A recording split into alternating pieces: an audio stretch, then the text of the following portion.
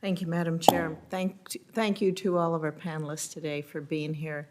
Mr. Primus, when considering regulatory proposals, do you believe the STB should prioritize policies that allow market participants to freely compete without STB action being taken? Short answer is yes. I believe they should. I believe that STB intervention should only be when it doesn't operate the way that it should. Currently, right now, considering all of the service interruptions, the network is not operating in a market-driven way.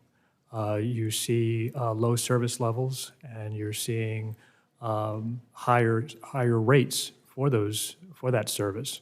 There are many businesses, including those in your state, and we're hearing from your constituents, who are very concerned that the market isn't the way it should be, and that is why we have been considering a number of potential remedies to help the market come back into balance.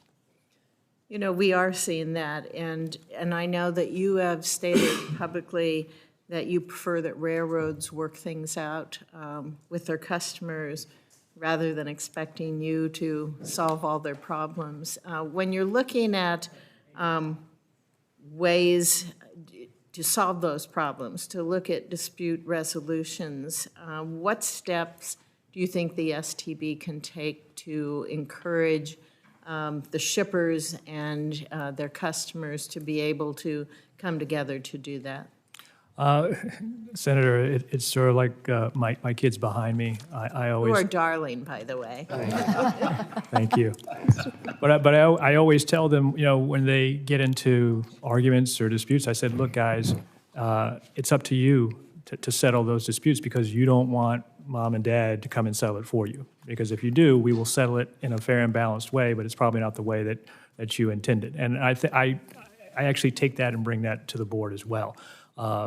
As I said, I want the railroads to sit down and talk to their customers, to your constituents, and to figure out ways to better operate and perform and provide that service that they deserve.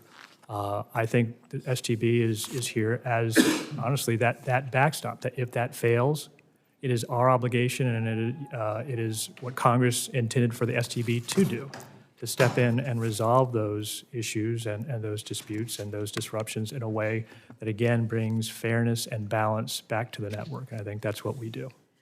Chairman Oberman, he recently stated, we don't have, fortunately, on the board the kind of polarization, tribalism that you see too much of in Washington. And he said he's determined to keep that from happening. Do you agree with him that it's important to keep that polarization in the background as much as possible on your board? And if so, have you seen any cases where it kind of has reared its head, and how do you handle that?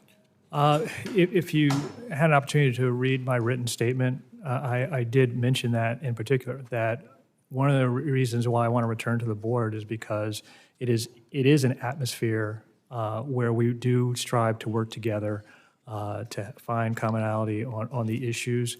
And at times, if we do disagree, we are never, ever disagreeable. And there is a mutual respect on the board right now. Patrick being in attendance with me this morning is only proof of his support. I've spoken to every board member this morning, and who wished me luck. And I think, having that collegiality, having that willingness to rise above differences to find the goals. Sure, there'll be times when we don't agree, but I think in the most part, if you've looked at our decisions this year, I don't think we've had any decision where one member has disagreed. They've been unanimous decisions. I think that's proof that we do try to work together. Okay, thank you. Mayor Coos, is that correct? Correct. We have a Amtrak route through Nebraska. It doesn't get much attention, but it is there and it is used, and the people who use it enjoy that service. State-supported routes provide substantial revenue source for Amtrak's overall budget, and many of those state routes are key key to future growth for Amtrak. As a board member, are you committed to working with state-supported rail partners?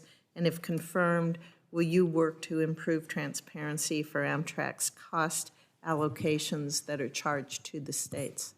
I would answer in the affirmative on both of those. Very definitely believe in the long-distance service, but the state-supported service is really the lifeblood of what's happening in Illinois, and it's been a very, very important mode of transportation for a lot of people. So those two entities working in tandem really flesh out the national system, and very supportive of both. Thank you very much. Thank you, Madam Chair. Yes,